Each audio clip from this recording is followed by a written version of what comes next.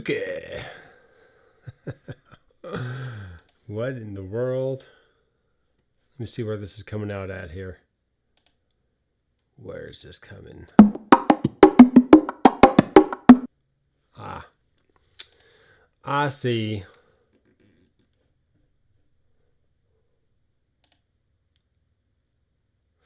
Hey folks, this is Doctor McFarland coming at you after a few weeks being off. I was a little sick last week and all nasally and drippy, and my voice just wouldn't sound that great. So I didn't figure it'd be worth going live and having you listen to my hacking and coughing and sneezing and wheezing and all that. But I am looking up at my big screen, and we got Greg Barth in the house from Sonic DNA, Mr. Headrush Prime himself, and we got Kevin Carrick in the house. So you guys come on in, let me know your name, where you're from, especially if you haven't checked out the live stream yet. And I will be taking your questions tonight. I will be playing some guitar. I might make a little song for my what you call it, backing tracks course that I release one backing track every Friday for this year. And I have a backing track for April, but I haven't released it yet. So if you sign up and you see that there's nothing for the month of April yet, well, don't be discouraged. I got those coming. And, we'll have some fun making some music together. So I'm trying to find a beat. Nah, that's not what I want. That might work. That might work. Ooh, what happened? Where'd it go? There it is.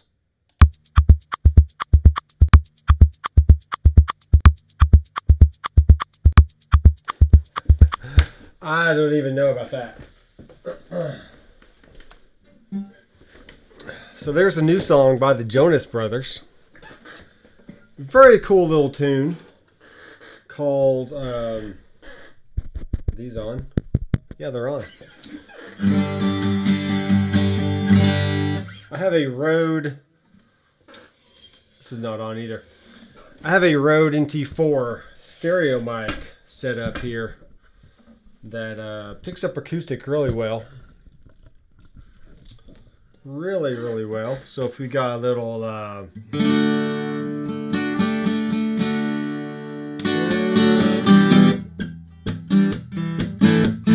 that's not it. I'm trying to think of the chord progression.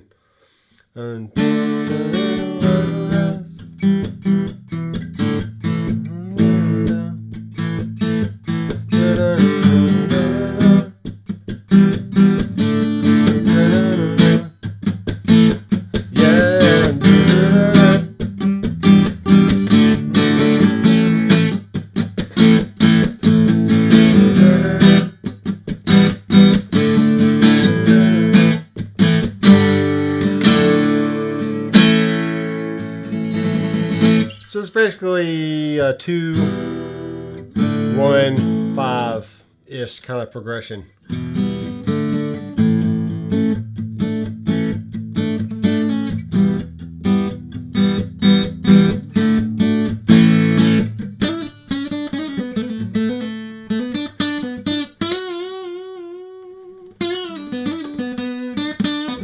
All right, so that's kind of fun.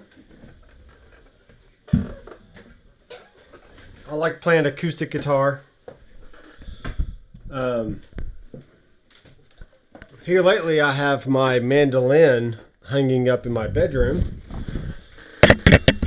And, whoa, what was that? And so as Tatum is taking a bath, I will play mandolin for him and come up with some bluegrassy kind of fun licks to play. And that works out well. This is a mystery tone, so just for fun, I want you to guess. No, I did not receive a Headrush unit yet. or ever. I don't know. Let's see here. What we got?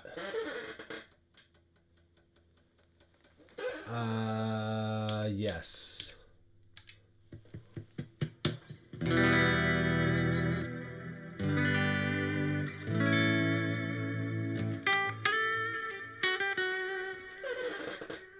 Yeah. This is all right, mystery tone. Guess what amp model / capture profile clone this is. I'm going to play let's play this in A.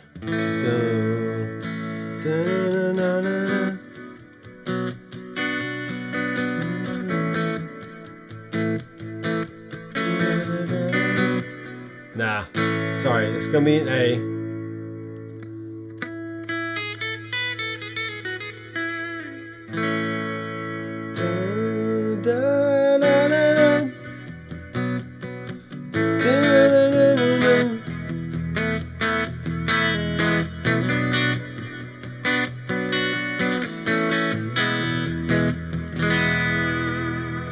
All right, so I'm going to give you a hint. It's in the clean category.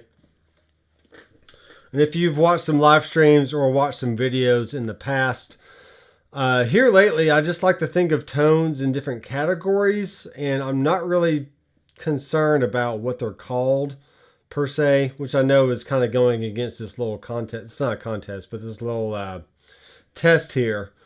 But based on that tone, I mean, what could it be? Is it a Fender? Is it a Marshall? Is it a Vox? Is it a Orange? You know, what could it be?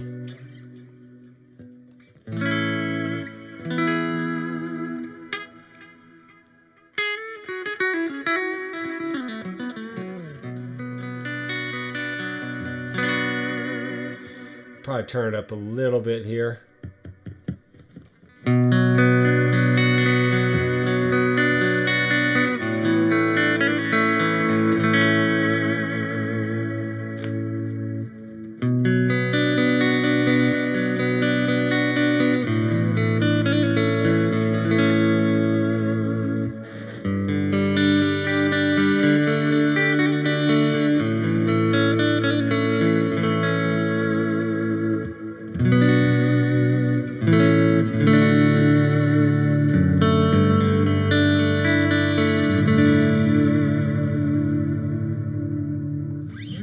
Okay, so put in your guesses down below, and now let's do something about an overdrive pedal. Okay,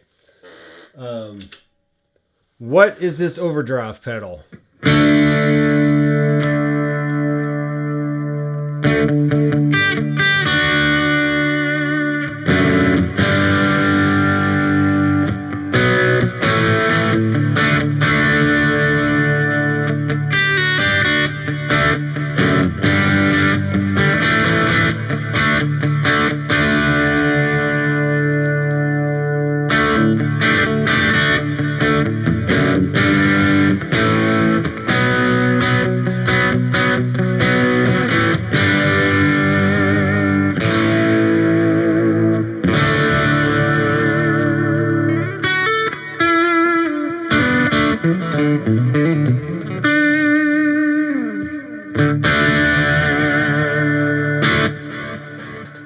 All right, so let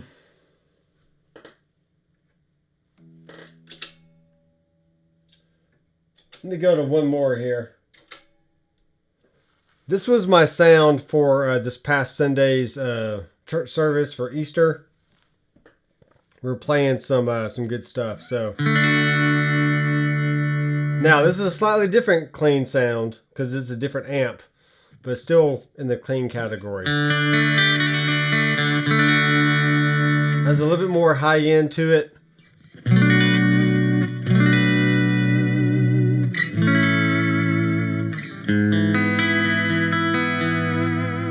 Okay, that last amp, the first amp I played was it was a Fender Deluxe model clone, capture, profile, whatever you want to call it.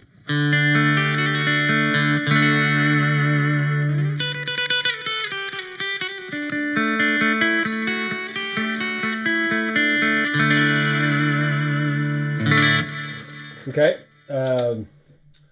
Rig number 2, and there's more than one model or device that calls these things rigs. So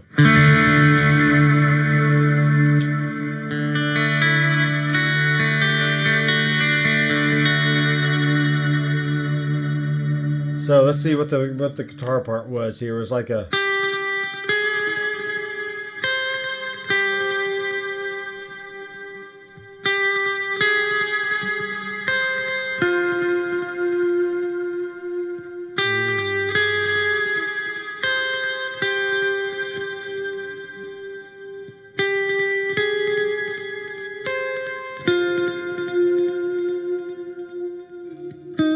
it's in the key of E flat. Oh no, sorry. It's in the key of A flat.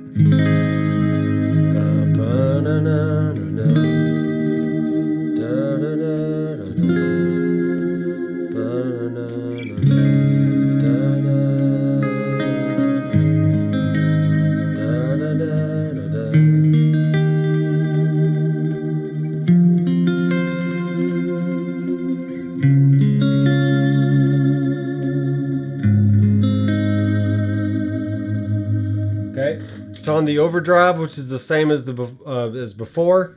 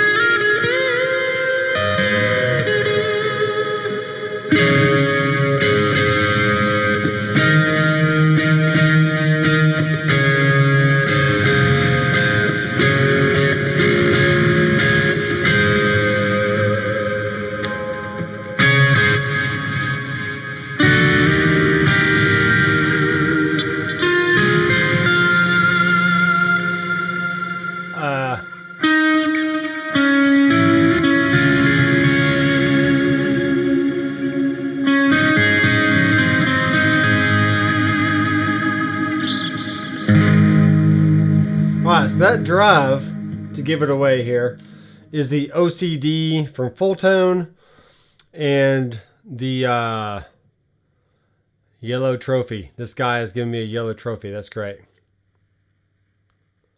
Yes, Greg Barth got the song Forever.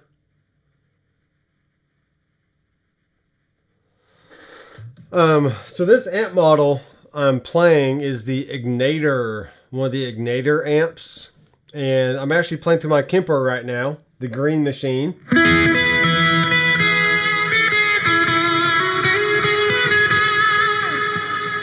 And I think these profiles came from Bert Molendik or Molendik, whatever his European name, whatever his last name is. So,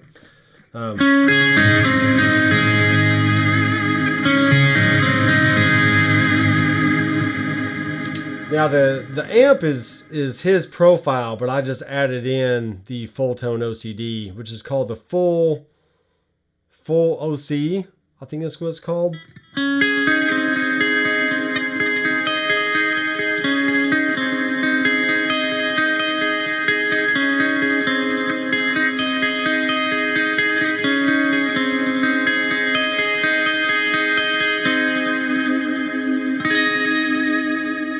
Now, Andrew Collins is not going to like this comment, but the first time I plugged into a Kemper, to me it sounded exactly like an amplifier. When I plug into a Helix, it doesn't sound like an amp in my ears. It just has a digital sound to it. Something about the Kemper, even though it's very, very old technology and people poop on it nowadays because they got the Quad Cortex and this NAMM plug-in and all kinds of, Tonex stuff. All the new kids on the block are trying to take over, which is fine. But the Kemper sounds great. It sounds very, very good. This is just a great clean tone.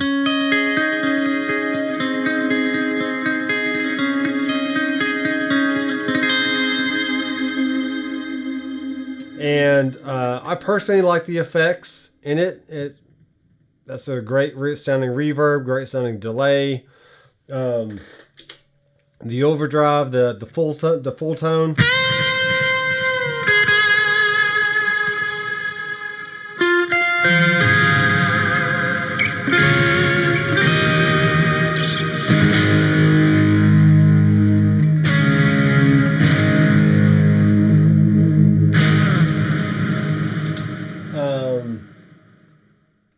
Let's see what I got here. This is a swell patch.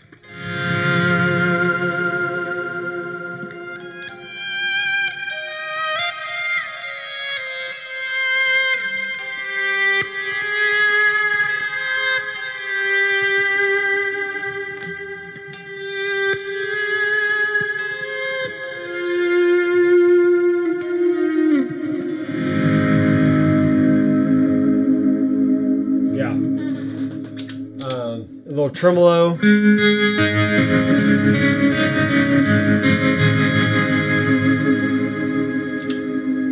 And I can turn off the delay and the drive.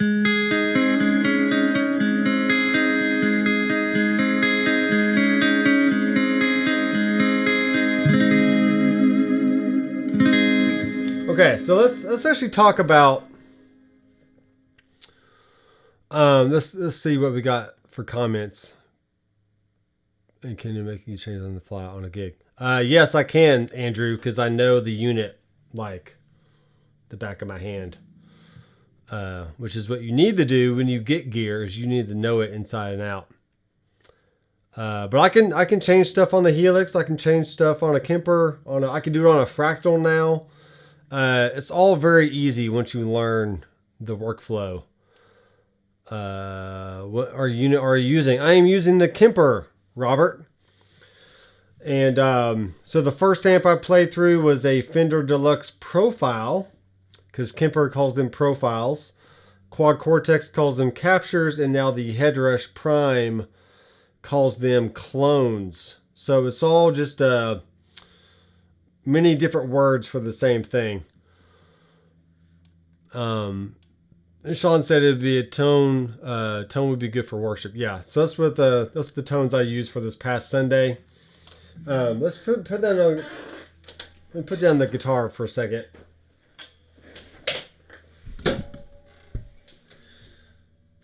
All right. So this is the Kemper. And what's going on here? There we go. All right, so let's talk about workflow for a bit. And different units have a different workflow. That's just how they are. So how the Kemper works is you have 5 essentially rigs in a performance. Okay. So it's not really like anything else, but you can liken it to possibly, let's talk about Headrush for a second. So you can liken this to having one rig, which could be your performance. And then the different rigs within that performance can be scenes, possibly. But really it's more about, think of the performance as a certain set list. And you have you can have each one of these 5 buttons be a separate song, or you can have one of these 5 buttons be a different part of a song. So a set list could either contain multiple songs, or a set list or performance can just be one song that has many different parts. So for instance, you could have the intro on 1, number 2 could be your verse 2 and verse 3, or how many different verses you have. 3 could be a little turnaround section that might have a cool little sound to it.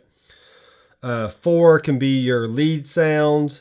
or crunch rhythm sound, and then 5 could be your lead, solo, boost, something, right?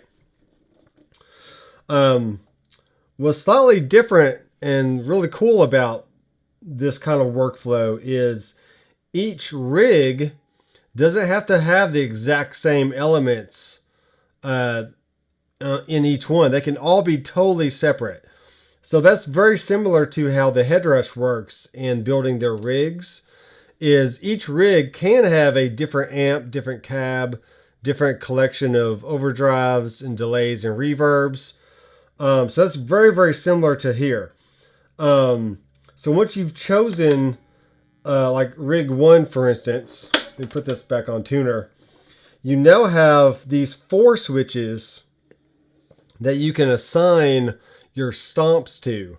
So if you look at the signal flow right here, we have 4 stomps before the amping cab and then 4 stomps after the amping cab. And you would think that would be very limiting, but when you have 5 different rigs and 8 different stomps within those rigs, you could start combining. You got all these 4 LEDs right here. So you could actually assign multiple or all stomps to one foot switch and turn them all at one time. So in a sense, it's very similar to having scenes within that rig. So I could have this be a certain group of foot switches I turn on and off, but in this case, it's just one single overdrive. This foot switch has my tremolo. This foot switch is, this happens to be a rotary in this rig, and then this one's my delay. But I could have it be delay, like delay, reverb, and another delay or something, right? So even though this one says mod and this one says X, I could easily add, all 4 reverbs right there if I wanted to. I could have 4 delays. I could have 2 reverbs and 2 delays, 3 reverbs and 1 delay, just all kinds of different stuff, right? And then when you switch to another rig, you can have a totally separate amp, or you can keep the same amp and cab and really the same effects in both of these rigs. And then you can just have these foot switches be, assigned to different configurations or different groupings of the effects that you want to turn on and off. So when you think about it in that way, is a performance for me, I have them set up as one amplifier or one type of amplifier, and I might have a few different variations on that amp. So I could have preset 1 could be my clean, preset 2 could be my clean with delay, preset 3 could be my crunch or slightly overdriven version of the same amp, 4 can be my lead or crunch sound or rhythm sound, and then 5 can be my lead sound. Especially when you're getting to like the Marshall territory, it's very easy to have like a clean Marshall than like a really hot Marshall sound, or Mesa Boogie or Bogner, or the Fender Deluxe, which I had on a different performance that has has 5 different variations of the same amp. And essentially on a Kemper, you're essentially taking a picture or a snapshot of, not to be confused with the Helix snapshots, but you're basically just taking a picture of whatever those settings are on the amp at the time, but they still give you parameters like definition and clarity and tube and like all kinds of weird stuff that you can further shape the sound pre or post the amplifier. So that's what the Kemper does. And it's actually a very, very versatile unit. I actually like the size of this unit. It doesn't come with a expression pedal, but I do not use expression pedals like 99% of the time. I just don't use them a whole lot. If I wanted to be in a blues band and wanted a wall pedal sound, I would just add a wall pedal in front, probably like a Morley Bad Horsey or something with an automatic on and off. So just go wall pedal into the input of the Kemper or whatever unit I'm using, and then just use each performance as my different amp sounds, and then using the stomp switches here to turn on and off different combinations or variations of the sounds. And another thing that's cool about the Kemper is it is seamless spillover between amps and all effects, all wet effects, dry effects, whatever effects you have on. So when you go from 1 to 2, it's just, you don't hear any gaps at all. It's just very, very seamless. So even on the headrush, it is a gapless spillover of the effects. You still hear a little tiny gap when you're going from like a Fender clean to a really heavy Mesa Boogie sound or something like that. So not saying the headrush is bad in any regard at all. It's a really good unit, but the Kemper does win out just a little bit. But that is to be expected, because the Kemper, you get them brand new for like $1,700. I got mine used for about 14 or so back in like September of last year. And I was going through, and I'm still going through a experiment to kind of mess around with different modeling units and just learn more about what each one does and their workflow, so I can better tune my ears, better just understand how modeling works.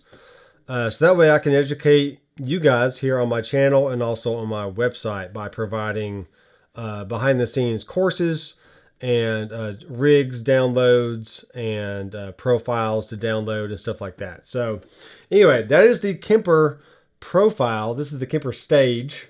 And I did have the toaster and a remote when I first got a Kemper, and I just didn't like that workflow. I didn't like having the head and the remote separate. I like it all being in one very convenient package. So it makes it very easy. I throw it in my Gator cases, Transit Series road case, and it's just it's a soft gig bag kind of thing, and it works really well. So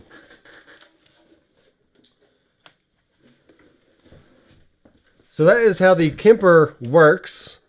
Let's check the comments here.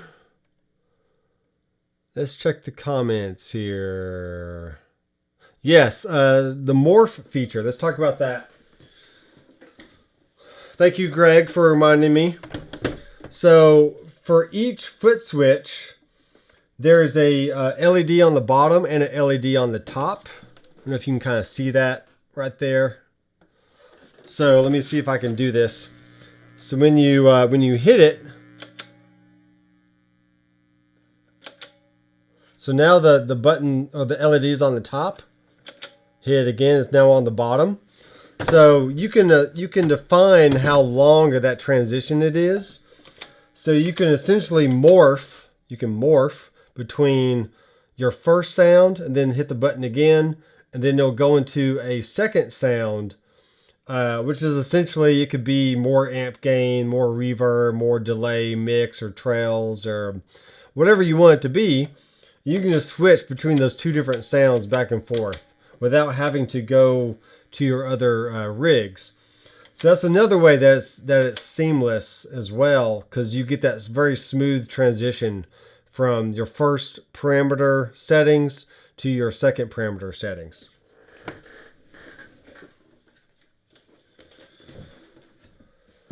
So I do not dog on any unit. I mean, all the modeling units are great, and if they do what you want for your workflow, then who can really argue with that?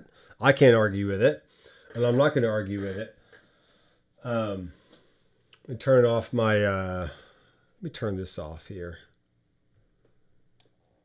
Let me turn these off, so I don't have another microphone being live in the room. I have a shotgun mic right over my head, pointing down, so I don't have to have a mic right in front of my face. Otherwise, I'm looking like this the whole night, which is not bad. But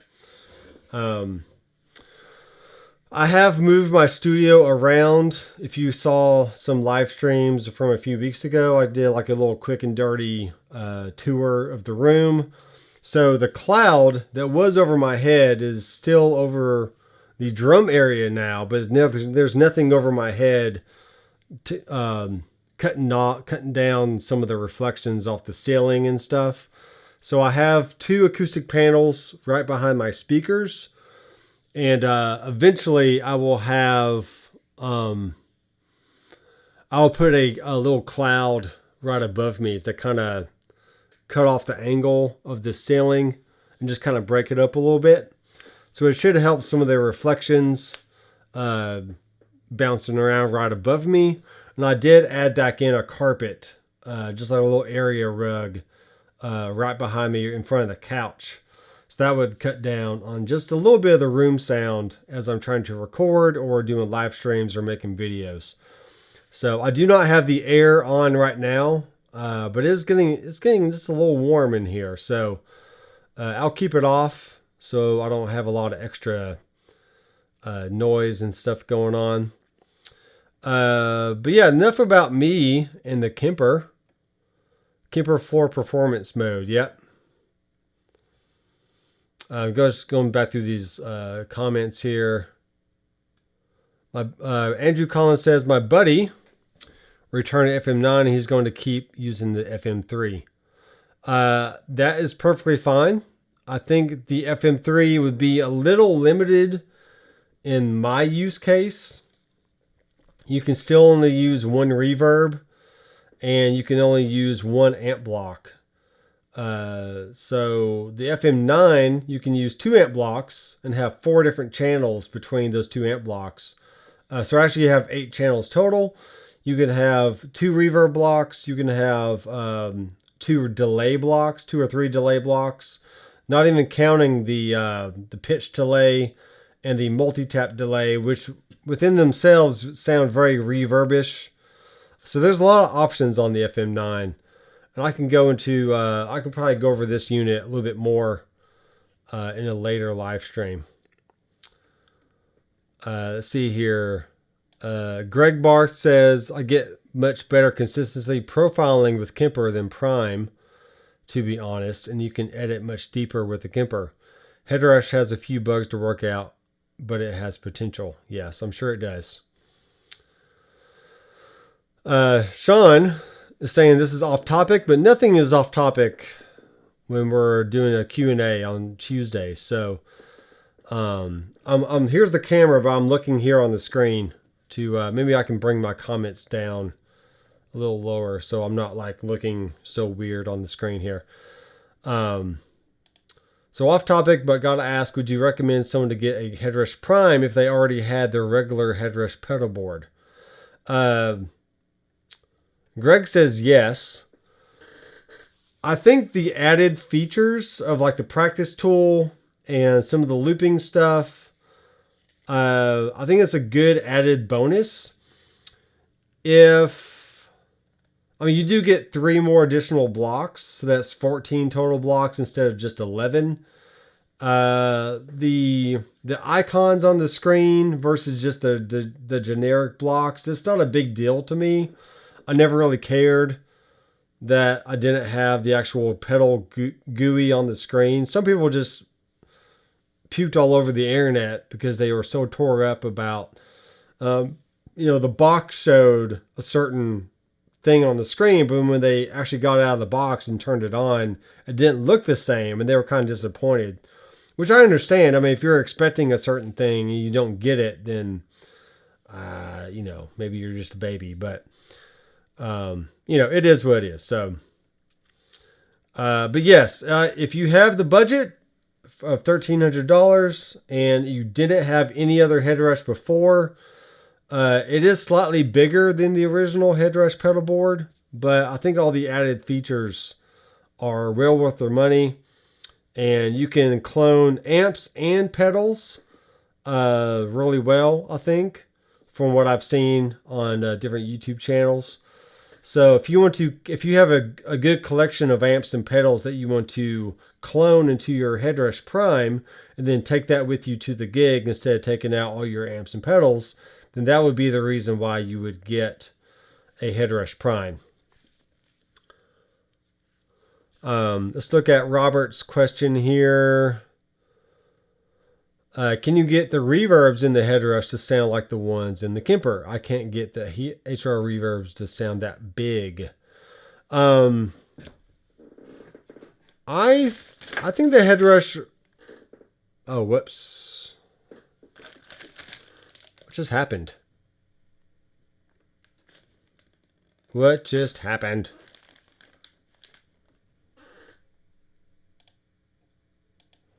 All right, I'm still here, but my camera went away somehow. There we are. I'm back. I hit a cable over here and it disappeared.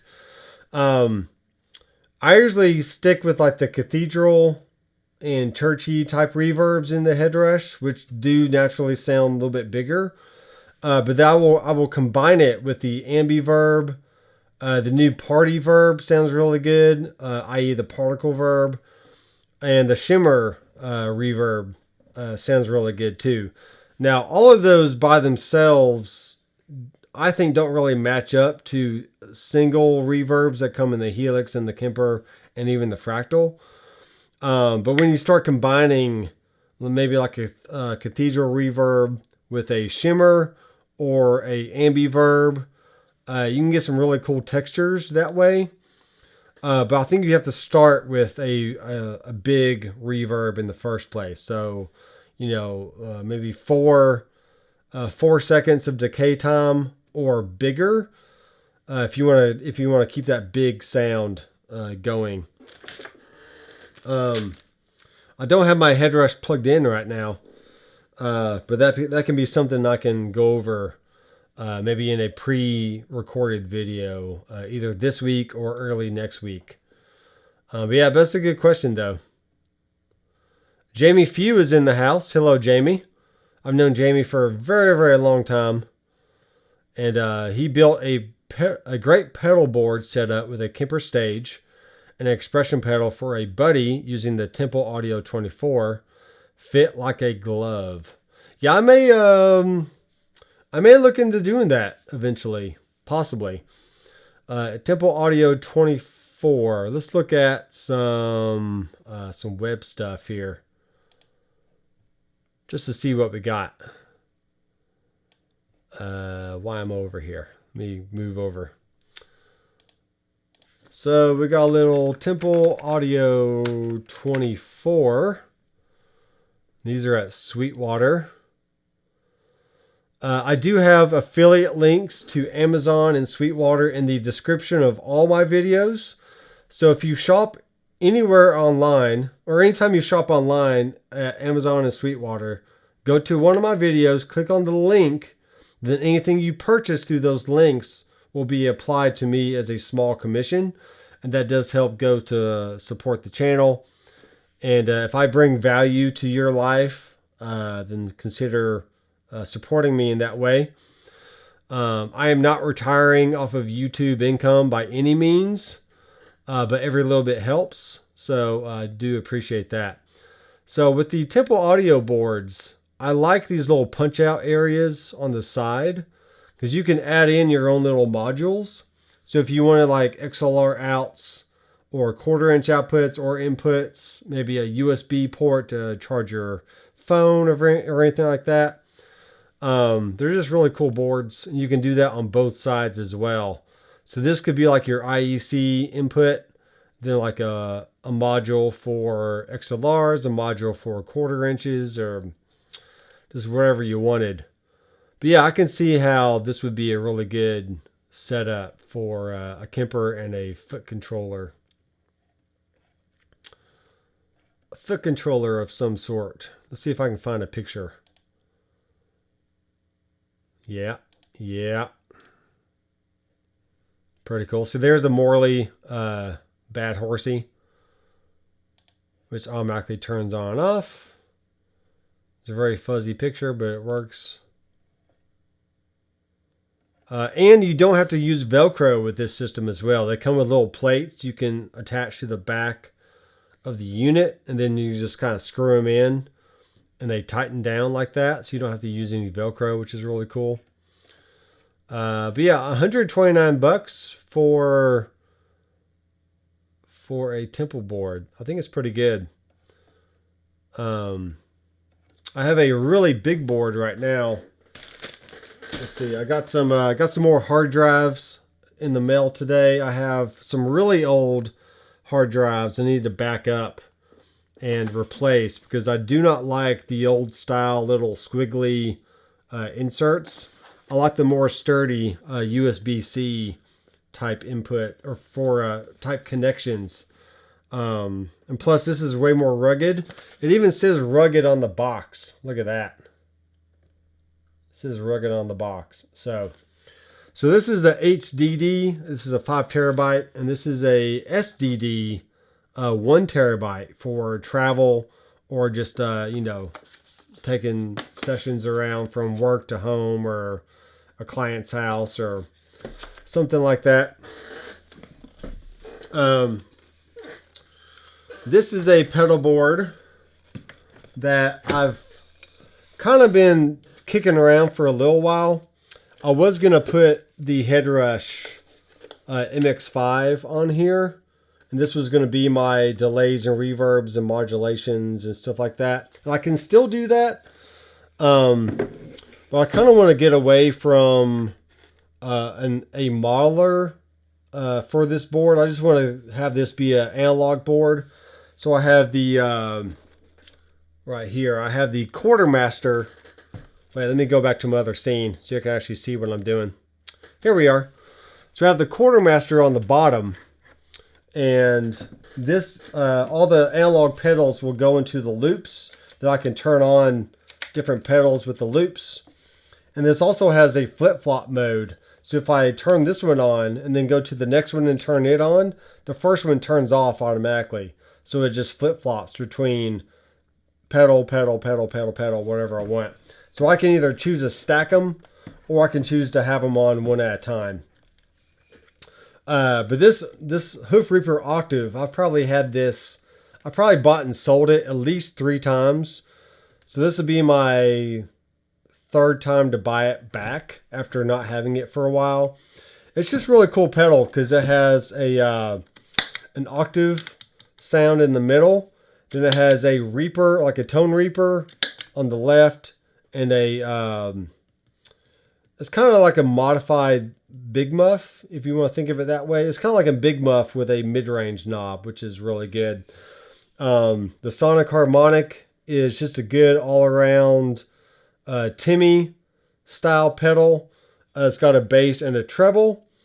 And if you've seen the new or the recent JHS video about the Bad Monkey, the reason why he was able, or Josh Scott was able to make the Bad Monkey sound like a Klon and a Tube Screamer and all these other pedals is because it has a bass and a treble circuit on there, and you can really shape the sound to get pretty much whatever overdrive sound you want. So I do have a Tumnus on here and a Nobles, Wampler calls it the Bell, but it's essentially the Nobles ODR. But I could probably take these off and just use this one pedal and get all kinds of different sounds. But I do like having individual options.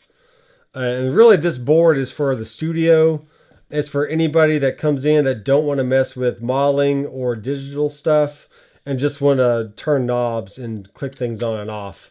So in this area right here, I'm thinking of putting maybe a NuX Atlantic, like delay and reverb pedal, or I could do a, I'm not really sure. I could do like a small, maybe like a Boss, like DD3 or DD5, something with a tap tempo on the output. And here's a little tap tempo button right here. You can turn on off, or you can, tap it in. And so maybe a Boss and then a Strymon delay, not Strymon, but like a Strymon, what's it called? The reverb and the tremolo pedal. The one I really like a lot. The Flint, the Strymon Flint. Now that would be some money. That probably cost me about $250 just to get that. So in the NuX Atlantic, I could probably get for $125. That gives me the reverb and delay. So maybe. what's cool about the Atlantic is it has the tap tempo is already built in to the delay on and off switch. So I have to have tap tempo for any delay that I use. I just have to have it. I don't like delay that I can't tap in the tempo. It's just very annoying to me. So let me go here. Check the comments. Greg's asked, what shotgun mic am I using? I am using the Rode NG3, I think.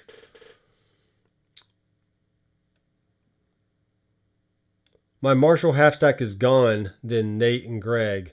Not used in years. Yeah, just get a headrush, man.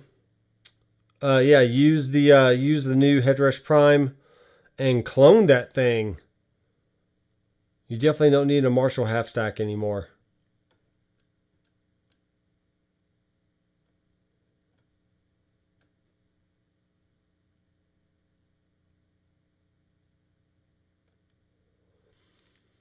Greg is saying with the prime you get more modulation, delays, and amps and dirt pedals. Then there's a cloning, so you can clone your amps. He's finishing up a Marshall Jubilee pack right now. So Sonic DNA provides IRs and packs for different amp models. So definitely check out his website, sonicdna.com. Me and Greg collaborated on a Doctor McFarland IR pack. That is well worth the money. And when I use IRs, those are the ones I use because they sound really good. And I like the sound, and I know the sound very well. I'm very familiar with it. And Greg says there's a 10-band EQ. So there you go.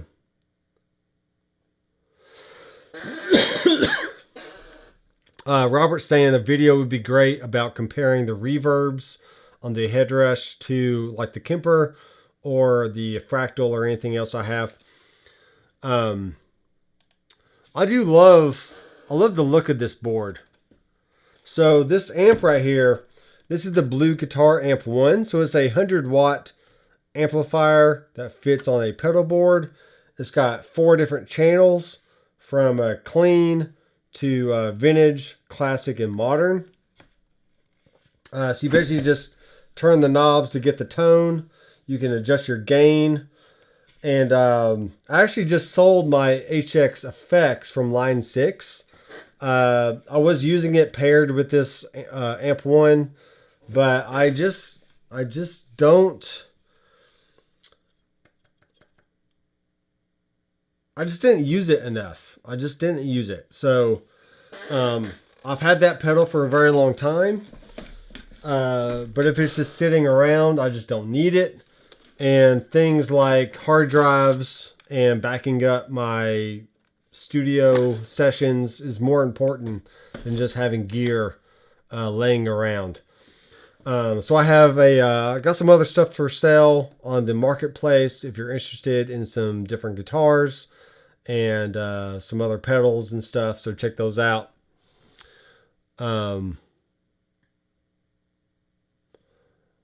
Yeah, Sean's saying I would love to have a headrush verb and or delay video. I have some delay and reverb. I have over 100 videos on the headrush alone on my YouTube channel, between all the different playlists and stuff. And I know I've gone over reverb and delay before. If you want to go really in depth on the all the stuff that comes in a headrush, I have a headrush tone sculpting course.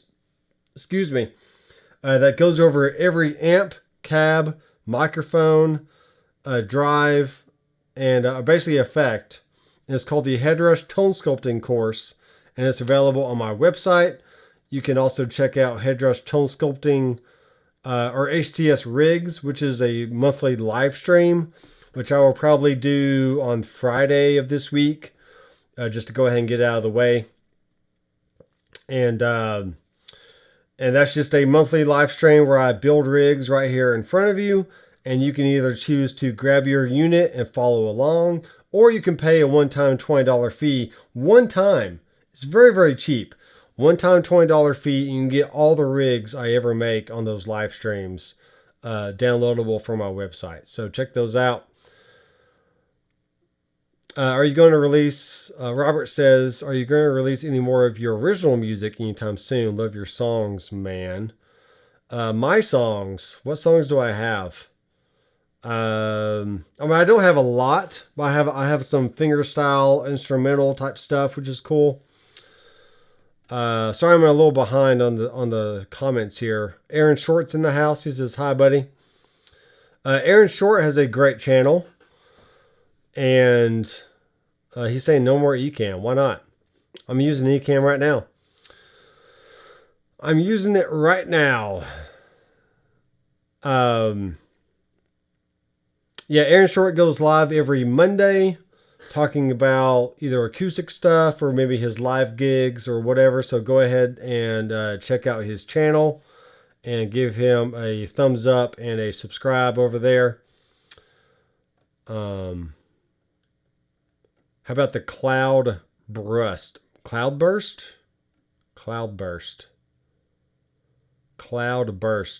I did notice on the Fractal, Andrew, that it has a gamma mead reverb, which I don't know if it's a direct copy of what the Line 6 reverb is, but it's very possible. Best for headrest by experience. He makes patches. Yeah, talking about Sonic DNA. He makes patches and rigs right that are great and probably cheapest around. Everyone should definitely check out.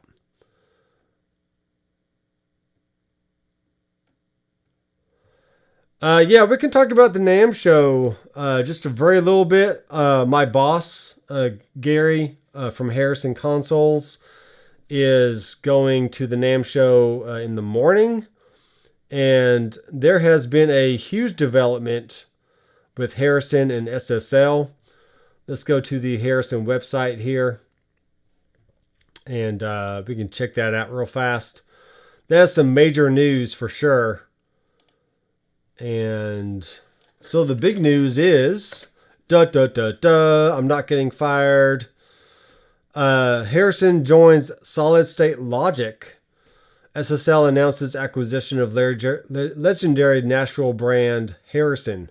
So if you click on the Learn More button there, it says the U.S. leading console brand Harrison joins Solid State Logic. Now, technically, the partnership brings together two global iconic music mixing console brands under the Audiotonics technology group. So technically, Audiotonics is the company that took over Harrison or bought us out. But they are combining us with Solid State Logic because we're both console companies and we both make hardware and software products.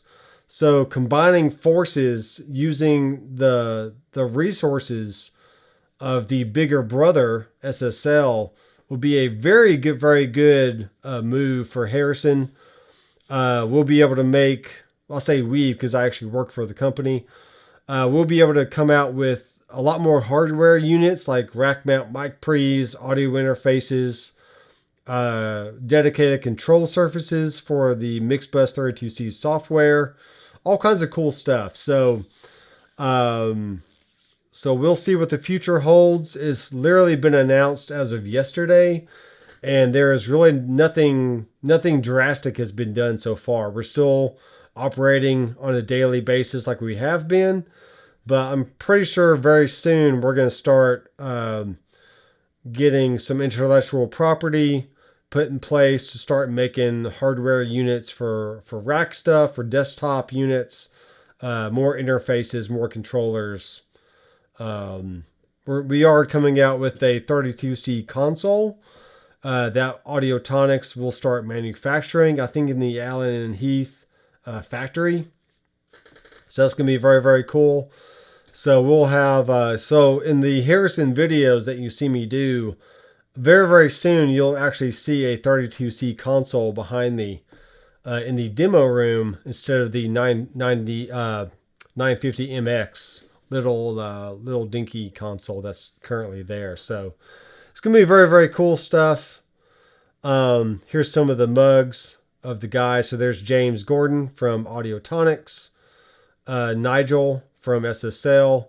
There's Gary, which is the president of Harrison, and then my direct boss is Ben Loftus. He's the Harrison product manager, and he's the guy in the brain behind the Harrison Mixbus 32C, or the Mixbus DAW in general. And then there's Enrique.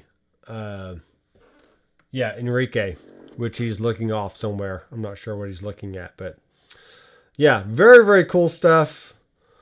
I really wish I could go to the NAMM show eventually. Since it's not here in Nashville anymore, it's very hard to actually get out to California. And I'm sure it's very expensive with the plane ticket and also finding a place to stay for probably 1 or 2 nights. If I went, I'd probably want to stay for at least 3 days and just soak it all in. And I know hotels can be anywhere from $150 to $200 a night, maybe more depending on where you're staying. So it's easily $1,000 to $1,500 for me to fly out and spend a few days in California at the NAMM show. And is that money I really want to spend right now? Probably not. Probably would not want to do that. So let me see what Andrew's comment is here. Did he make a comment? Yeah, the Flint's made by Strymon. The Cloudburst. Okay, the Cloudburst. Sorry. I didn't know what that was. Strymon Cloudburst. So it's an ambient reverb pedal. And see, that's $279 for a single pedal. And that's not going to cut it. It's just not going to cut it. It's got to be relatively inexpensive, and it's got to have tap tempo, and it's got to have it's just got to have some good stuff on there. Electro Harmonics is really good, but they don't really have like a 2-in-1 type pedal that I would like to have. See, even like a Memory Man's almost $500. That's just nuts. I do like this Epitome pedal, which has a suboctave, a chorus, and a reverb. But I do not use chorus all that often, and I prefer to have my suboctave before the amp or before my dirt. And it's $420, so that's just not going to work. Here's a Tone Tattoo. So it's got the Metal Muff, a Neoclone, and a Memory Toy. So there's your delay. But once again, it's just not versatile enough. Turnip Greens is an overdrive and a reverb. But if this had a reverb and a delay, maybe I would do that, but it's still $246. So it's a little too expensive for my taste. I don't think Sweetwater sells Newx, and they don't. Newx Atlantic.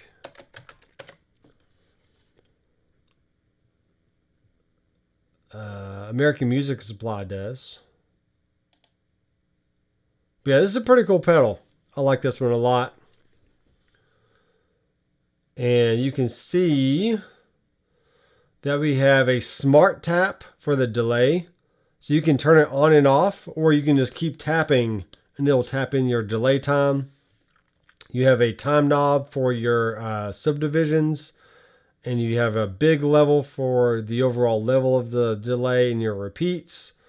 Then you have a level and decay for the reverb, and you got spring, plate, and hall for the reverb, and you got 70s, 60s, and 80s for the delay. And you can also hold the reverb for a shimmer effect. So that's kind of cool. So I'm pretty sure that would fit. Yeah, I'd probably just be able to fit one pedal there and go without any kind of tremolo on the board. It's just not needed. It's definitely not needed. But yeah, having that one pedal right there would be really nice. And let's look at the back of it here. Stereo, mono. Yeah. Yeah, so you got your digital delay, your analog delay, and your space echo kind of thing, which is really cool.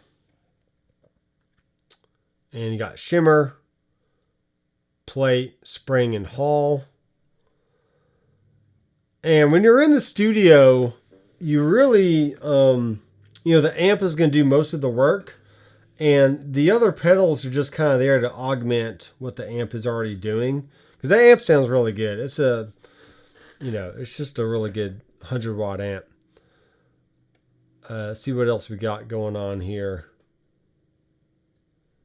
This is definitely a true statement. A lot of big manufacturers are pulling out. Gibson has not been to the NAMM show in years. It's just costs way too much money to have that big of a stage and a production for their floor.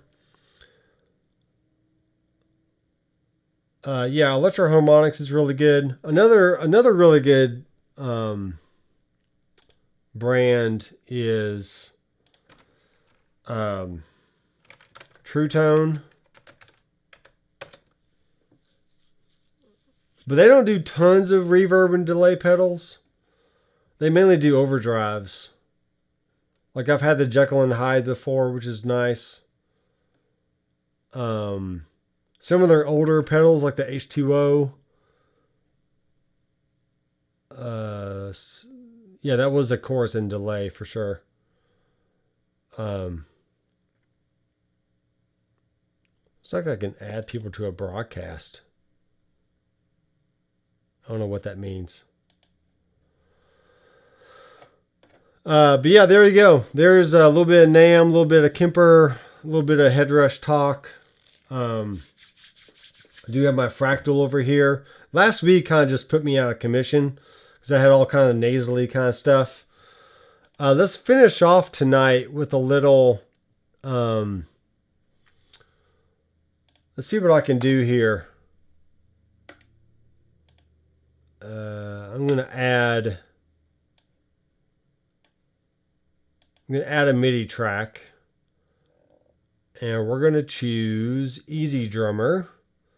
So as of version 9, we now have VST3 multi-out support. So you'll see all 32 outputs of your Easy Drummer or Superior Drummer, whatever you're using.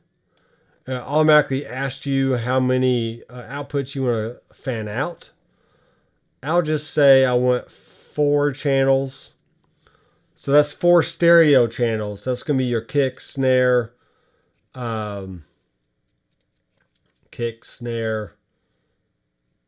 overheads, and toms, and cymbal type stuff. That kind of stuff. All right, so it didn't add it to the queue page, but it did add it to the edit window down here. Oh, I see. It actually did. It's actually 4 channels, so it's 2 stereo channels. I see what it did. Not a big deal. I do want to add this to the queue page. So let's go ahead and add that one. Where's my plugin at? Where is the plugin? Weird. Oh, never mind. It's right there. Totally missed that. All right, queue page. So what's cool is I can open up the plugin window. Like I said, I can go in and find a groove.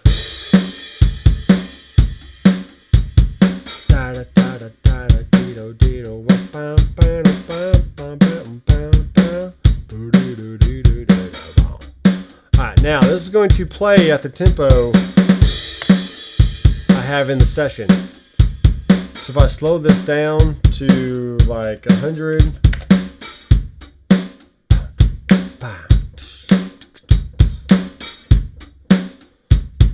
right, something like that, and I can drag it into a slot. Now play it. All right, so there's my beat. And I can do one more thing. I can click on fills, and I can drag in a few fills here. Let's just see. We got fill 2, fill 13. I'm totally just doing random stuff. Okay, now, for my verse, it's telling me it is 32 progressions or 32 bars. Each one of these fills is how long? 3, 4. All right, so it's a 4-bar. It's a 4-bar phrase. So if verse 1 is 32 beats, I need to subtract 4 beats from that to make it 28. Okay. So this is how the cue page works. So we have to do a little math here. And we're going to jump multi. So we're going to choose our fills like so, and they're going to be random. And then fill 2 is going to jump back to A. The second one is also going to jump back to A. And the last one is going to jump back to A. So forth. So we got something like this. 3, 4, 1.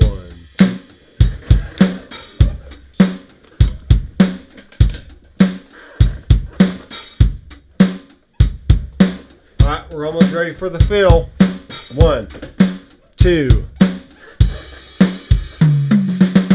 Yeah, there's our fill, right? Here we go.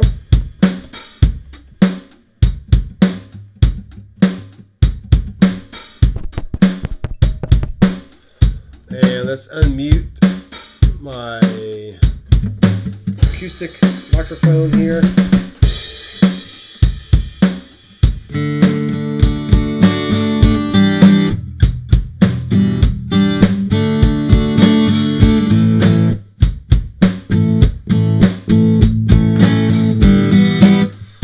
Speed this up a little bit.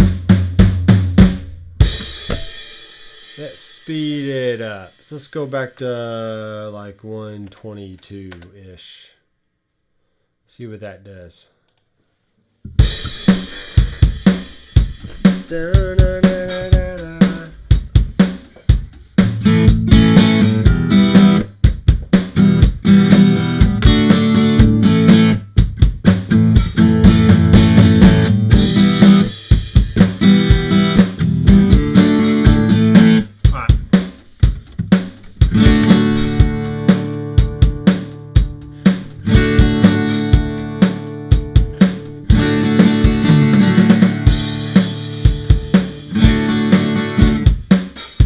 I'm not going to play Waffle House for my little ditty here. Now, when I'm on the edit window, I can add, after my thing thinks a little bit here, I can add a cue marker that will automatically start my cue sequence that I have called up. So let me, let's record. Choose my input here. This is going to be A-1.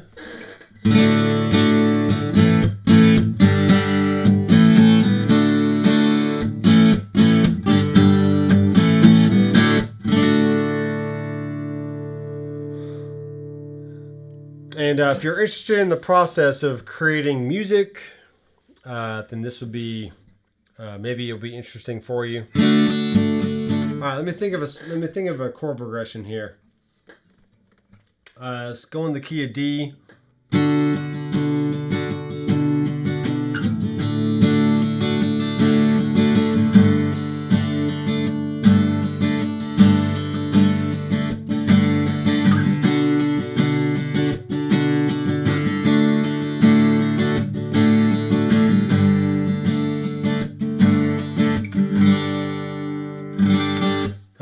make sure I'm in tune. That is the very first thing you should always do before you record any stringed instrument, is make sure you're in tune.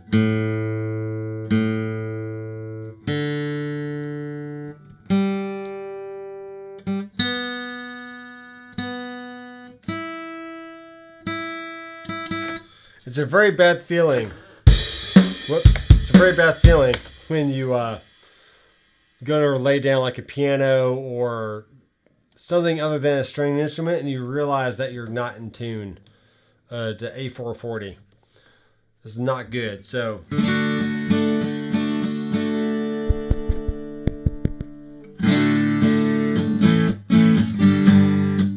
alright, I'm going to be in the key of D, and let's just see how this works here. I'm going to turn on the metronome.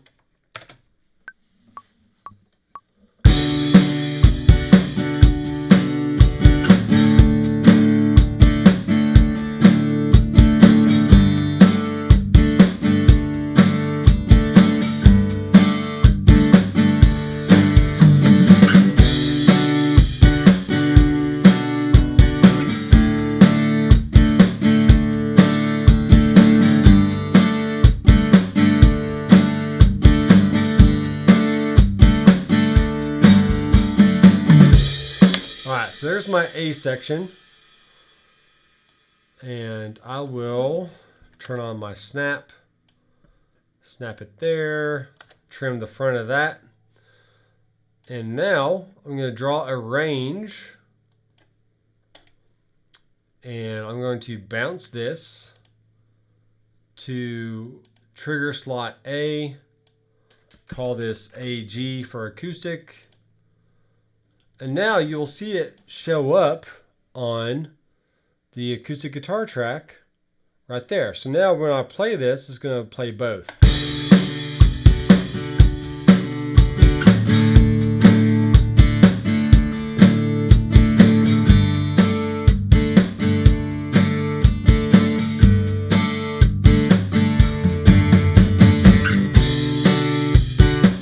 Yeah, that sounds really good. All right, so I'm going to come up with another chord progression to do. And Andrew Collins asking what guitar this is. This is the Eastman AC 122. It's about $600 guitar. Nothing too expensive, nothing too cheap. It just sounds really good for recording. Nice tone. The internal pickup could be just a little bit better. In my opinion, but I know Aaron Short prefers the K&K system, but for miking it up, it just sounds really good for recording. So, alright, so that was the verse progression going like this.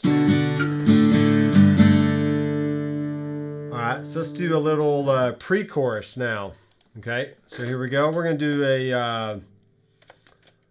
a pre-roll. Let's put it right here.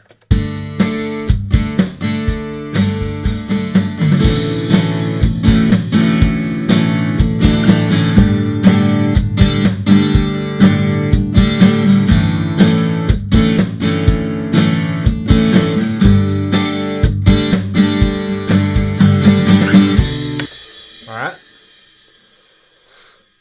Now what you heard right there was me recording as well as what was being played before, and that's that's not normal, but it'll be fine. So, and I could keep all this on the timeline, but I'm going to choose to do the cue page route because it's kind of cool. This is going to be the B section. And this is going to be AG pre-chorus, like so. So now at this point, if I put in QB, this is what it's going to sound like.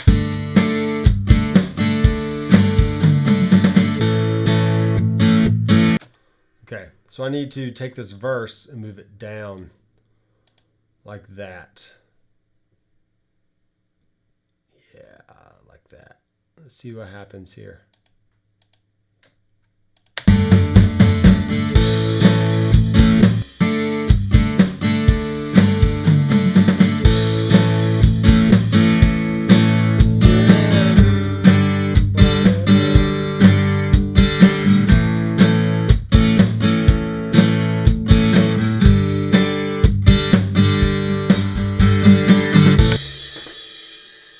Aaron says, no, I don't, but I don't remember what that was referring to.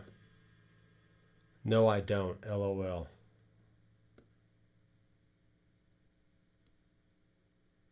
Oh, the K&K thing. You like the K&K preamp. You said that before, but whatever. Maybe he doesn't. Maybe he doesn't. I'm going to set this to... I'm going to set this to input and not disk, so I don't hear what was recorded before or something maybe. Actually, I'm going to do this. I don't know what I want to do. Yeah, let's do this. All right, here we go. I figured it out.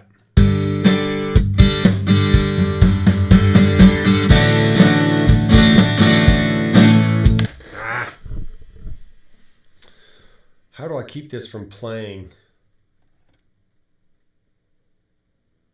How do I keep it from playing on this track? Maybe disc?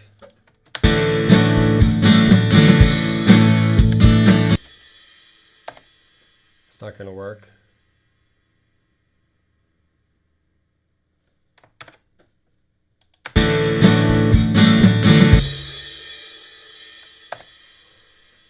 That's not going to work, is it?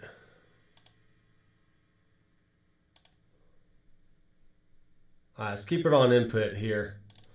I will have to lower my buffer size just a bit. 128. But it will get the job done, I think.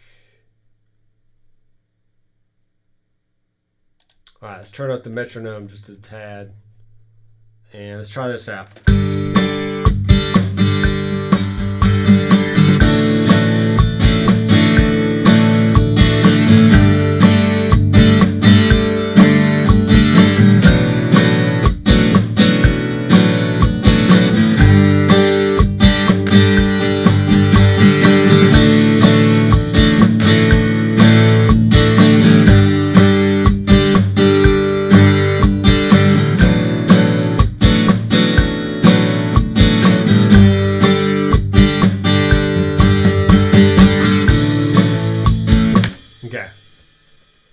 I know that was very weird to listen to, but I was recording over what was, while the other stuff was still playing, so.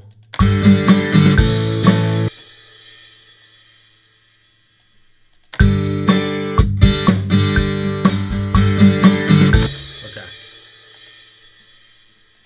There's that. So we're now going to bounce. No, not consolidate. We're going to bounce to clip C, AG chorus, enter. So now you'll see the verse, the pre-chorus, and the chorus all right there. And this is going to go like so. All right, I think it's going to work. Maybe. This is going to be cue marker C. All right, here we go. Let's play it from the beginning.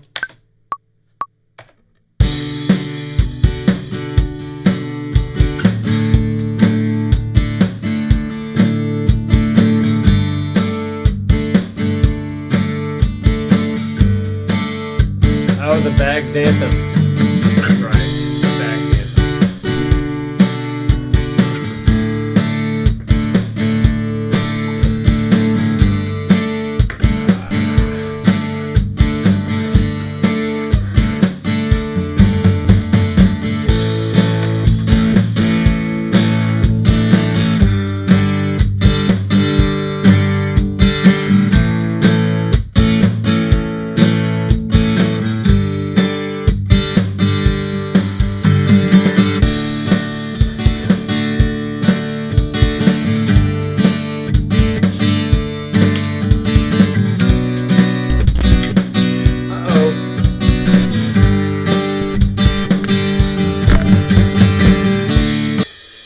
something got off right there.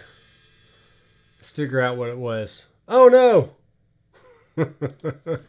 And it crashed. Let's just reopen it. If we can. I don't even think I saved it. I know I saved it. If not, then I can shoot a monkey. Where'd that even save to? That was saved under the home. And then the music folder.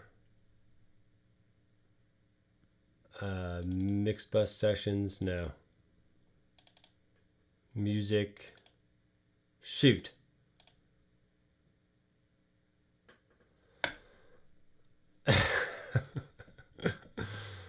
Oh man. Should have saved it first.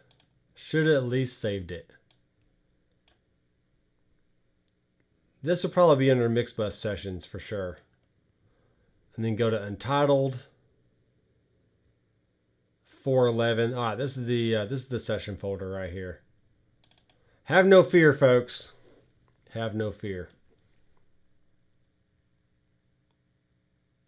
Did not load successfully. Ah, shoot. I should have done something different. Hold on. Let me do this. Open with that one.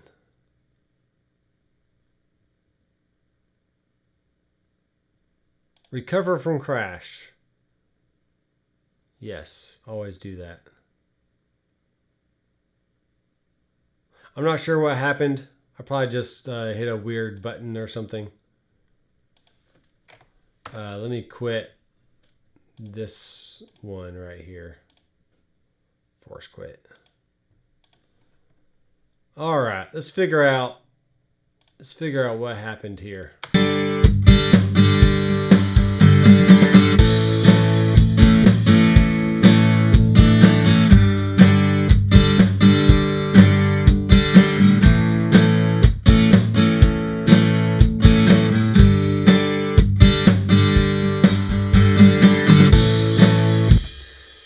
Okay. Dadgummit, it just did it again. This is a beta version of this software. So something is clearly going on, but I'm not too concerned about it. I'm not too concerned about it.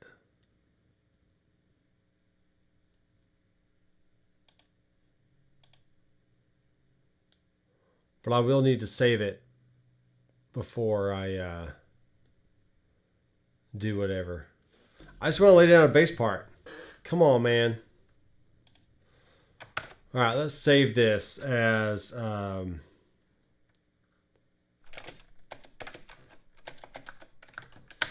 April, what's this Friday? 15th or something, April 15. Backing track. All right, now it's saved. And it just crashed again.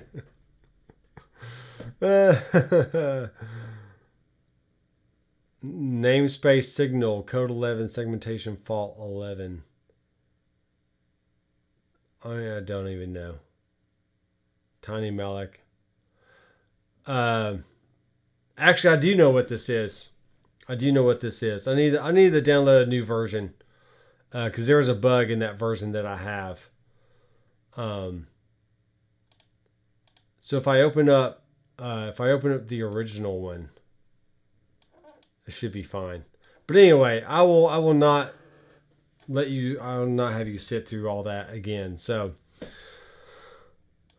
it is what it is in the life of a software supporter, tester person. But all those bugs do get fixed before they go out to the public. I just happen to be using a beta that's not available to the public, and it did what you just saw. So perfectly fine.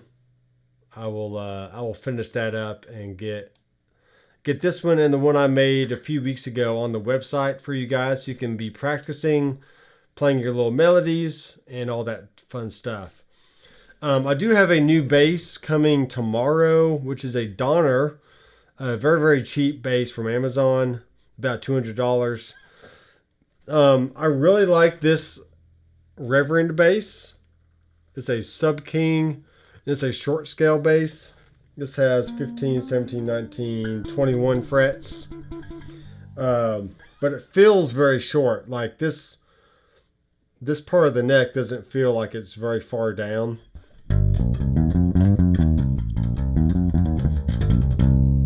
Or something. But I like playing bass.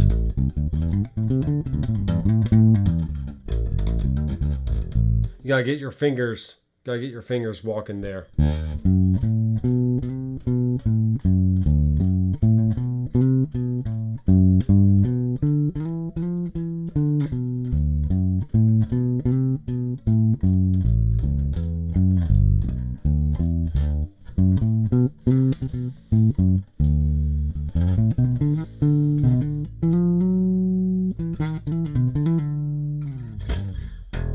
There we go. So yeah, Aaron, I may end up getting a Bags Anthem eventually.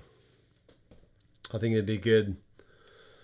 I currently have my bass plugged into input 1. If I go to my bass Dub King preset, that should call up my Ampeg amplifier and LA2A compressor.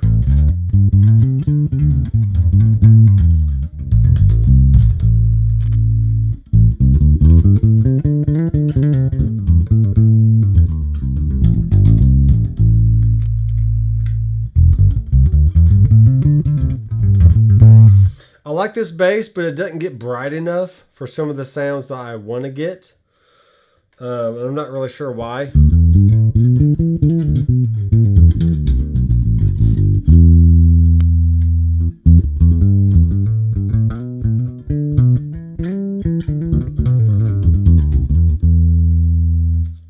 So there's your volume. So we basically got a way to choose between the two different pickups. So there's the bridge. And there's the neck. And then we have some kind of tone.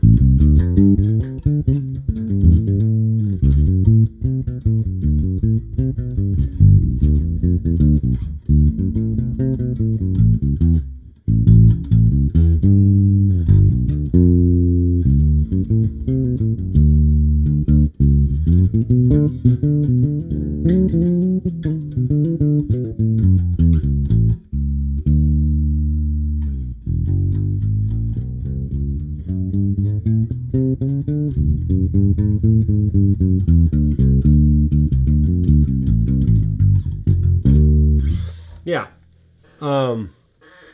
So I really like the, let me call this back up here. I like the Apollo console, and it comes with a very nice Ampeg SVT head. So I don't need a Mahler. I can just plug into my interface and get a good bass sound that way. I really don't overthink bass at all. Even on the Headrush or any of these Mahlers, as long as it has a decent like bass amp sound and a cab, I mean, I just don't really care really what the sound is. I mean, the sound for me comes from the bass itself, and as long as you have it through some kind of bass amp, it's going to sound like a bass and it's going to sit in the mix just fine. So not a lot of questions coming in. Sorry for the crashing. I'm going to go ahead and download the new version, or a version. So a little behind the scenes here. We have a builder that we can go to. And I want to click on the CMAC 64. So we're up to 9.0.143. If you follow Ardour, the Ardour community, They're still on 7 point something. They're going to come out with 7.4 here pretty soon. Some analytics for those that are interested. Last month, I got very, very close. I got 74.3 thousand views, which is 20 more than usual.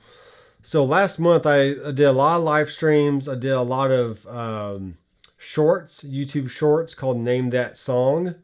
So be sure to check the channel and the playlist and watch those little 30-second clips and see if you can name the song yourself, which is just a fun little thing I do a few times a week just to get more engagement. I got 216 subscribers, which is 36 more than usual. And I did earn $202.27. So like I said, I'm not retiring anytime soon off of YouTube or from my Google AdSense money. But every little bit helps. And I do take that money and reinvest it into an insurance policy that grows. I call it infinite banking. But it grows cash value, so I can either borrow against it when I need it in the future, or it just keeps growing my death benefit. So I have something to actually retire on when the time comes in another 20 or 25 years, whenever that is. I'm 42 right now, so I'm very far away from retirement age. But I don't have a 401k. I do have a Roth IRA, but I don't actively put money into it. So any course that you buy from my website, anytime you watch a video on my YouTube channel, or click on a affiliate link from Amazon or Sweetwater in the description of any of my videos, that goes to help support me and my family and feed kids and clothe and pay for stuff like gear and retirement and stuff like that. So any support you can throw my way, I greatly appreciate it. And in return, I will supply all the knowledge that I have here in my little brain and shoot it on into the interwebs for you to learn and grow and be a more confident musician. So thanks guys for watching. I am very glad I did a little live stream tonight. It's been a few weeks, but I've been busy doing studio work and I got sick last week. So and I need a drink of water because I've been talking for an hour and a half. So thank you so much for watching. I am Dr. McFarland. I will see you very, very soon in another live stream or pre-made video. And until next time, I'll see you in the next video. Keep rocking. Yow.